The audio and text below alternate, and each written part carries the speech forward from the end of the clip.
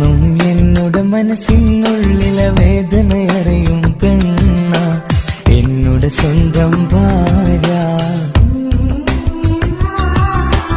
എന്റെ മനസ്സിൻ കൊട്ടാരത്തിലെ റാണിയായൊരു പെണ്ണ എന്നോട് സ്വന്തം ഭാര്യ. സുഖദുഃഖ സമയങ്ങളിലായി കൂട്ടിനെന്നും അവളെത്തും. ഈ ജീവിതകാലം വരെയും നീയാണെന്നുടെ സൗഭാഗ്യം. സ്നേഹത്തിൻ നിറകുടമായി വന്നു നിൽക്കും എന്റെ ഭാര്യ.